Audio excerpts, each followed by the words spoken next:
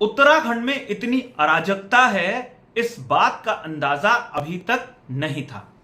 अब यह अराजकता पकड़ में आने लगी है। यह अराजकता हो रही है जंगलों के भीतर। जंगलों के भीतर खेती हो रही है और जंगलों के भीतर खेती का सौदा हो रहा है। कौन लोग जंगल के भीतर खेती कर रहे हैं? वन विभाग कई दशकों से क्या कर रहा था और अब राज्य सरकार क्या कर रही है?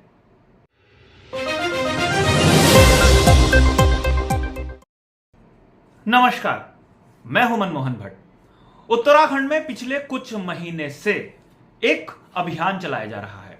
अभियान यह है कि जो भी अवैध निर्माण है उसको ध्वस्त किया जाए। लेकिन वन विभाग के भीतर के अवैध निर्माणों पर यह कार्रवाई हो रही है और कई मजारें इसकी जद में आ गई हैं। लेकिन अब एक नई स्थिति का पता चला है। मुख्यमंत्री पुष्कर सिंह धामी ने एक बैठक की। वन विभाग के तमाम वरिष्ठ अधिकारी इस बैठक में शामिल थे और मुद्दा था कि आखिर जंगल के भीतर खेती कैसे हो रही है और कौन लोग ये खेती को कर रहे हैं। सैटेलाइट इमेजेस प्रस्तुत की गई मुख्यमंत्री पुष्कर सिंह धामी के सामने। पता चला कि जो वन गुर्जर जंगल के भीतर रहते हैं वैध तौर पर, उनकी आबादी अचानक से बढ़ गई है। एक तो है सामान्य ग्रोथ, एक 10% डिकेड की होगी या 20% डिकेड की ग्रोथ होगी। एक है कि असामान्य ग्रोथ वन गुर्जरों की जनसंख्या में हो गई है। इस स्थिति को बहुत असामान्य सरकार ने माना है और इसकी जांच के आदेश दिए हैं। यह एक अलग पहलू है। इससे ज्यादा खतरनाक स्थिति यह है कि वन विभाग की जमीन पर खेती होने लगी है और किसी को कानो कान खबर नहीं है। और 1-2 साल से नहीं, दशकों से यह खेती हो रही है। अगर वन विभाग के उच्च पदस्थ सूत्रों की माने तो 1000 एकड़ जमीन पर यह खेती हो रही है। यह जमीन या तो रिजर्व फॉरेस्ट में है या रिजर्व फॉरेस्ट के दाएं बाएं वाला जो फॉरेस्ट का क्षेत्र है वहां पर है। सैटेलाइट इमेजेस से बकायदा दिखाया गया है कि कहां कहां पर खेती हो रही है। मुख्यमंत्री पुष्कर सिंह धामी के सामने यह पूरी बैठक हो रही थी।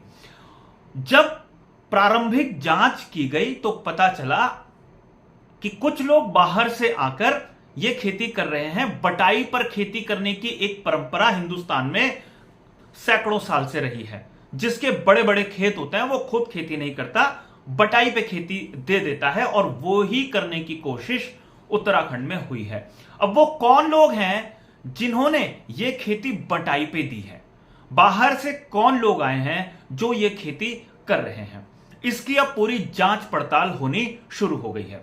लेकिन ये सारी घटनाएं ये बताती हैं कि उत्तराखंड का जो माहौल है, उत्तराखंड में जो स्थिति है वो सामान्य स्थिति नहीं है। अगर यहां पर 1000 से ज्यादा एकड़ में खेती हो रही है वन विभाग की जमीन पर और सरकार को यह पता नहीं है, वन विभाग के अधिकारियों को यह पता नहीं है, तो अंदाजा लगाइए कि और क्या क्या हो रहा होगा पर्दे के पीछे जो अभी तक जनता को मालूम नहीं है।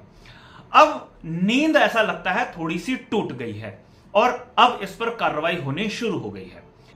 मुख्यमंत्री पुष्कर सिंह धामी ने जब शक्ति दिखाई तो वन विभाग के जो प्रमुख हैं, हॉफ जिन्हें कहा जाता है, पीसीसीएफ, अनूप मलिक, इन्होंने राजाजी और शिवालिक सर्कल की बैठक बुलाई और इस बैठक में बड़े स्पष्ट निर्देश दिए कि नैनीताल हाई कोर्ट ने भी निर्देशित किया हुआ है कि अवैध जो भी निर्माण है उन्हें ध्वस्त किया जाए। कई लोग मान रहे हैं कि जंगल के भीतर खेती करना कोई सामान्य बात नहीं है, ये असामान्य स्थिति है और हो सकता है कि कोई रसूखदार या कोई माफिया इस पूरे घटनाक्रम के पीछे दशकों से सक्रिय हो, जिसकी तरफ अभी तक किसी का ध्यान या तो गया नहीं और जिनका ध्यान गया है उन्होंने इस बात को इग्नोर किया है।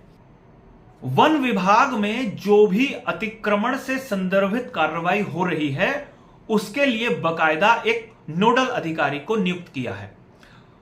डॉक्टर पराग मधुकर धकाते नोडल अधिकारी हैं और उन्हें यह निर्देश दिए गए हैं उच्च स्तर से कि हर रोज की रिपोर्ट वो वन विभाग के मुख्यालय में उपस्थित कराएं, साथ साथ शासन को और मुख्यमंत्री कार्यालय को सारी प्रगति बताएं कि दिन भर की क्या क्या कार्रवाई हुई।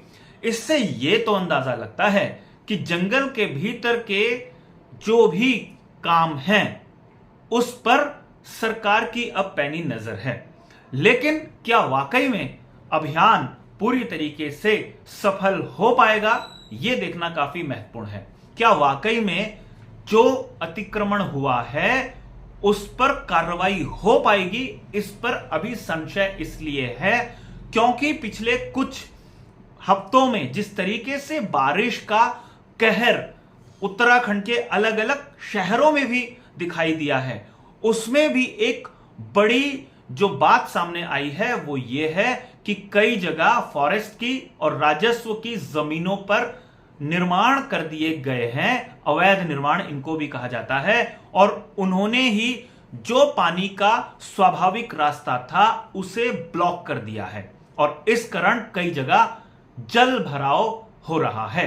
अगर अभियान को सफलता के स्तर पर पहुंचाना है तो ऐसे अतिक्रमणों की पहचान करनी होगी, शहरों के भीतर के रसूखदार जो लोग हैं उनकी भी पहचान करनी होगी, तभी यह अभियान सफल माना जा सकता है। वरना मजारें तोड़ दी, जंगल के भीतर फॉरेस्ट की जमीन पर किसी ने खेती कर दी, उस पर कार्रवाई करके अपना पल्ला झाड़ने जैसी कार्रवाई नहीं होनी चाहिए। शहरों के भीतर कहां कहां पर अतिक्रमण हुआ है उसकी पहचान करना भी बेहद जरूरी है।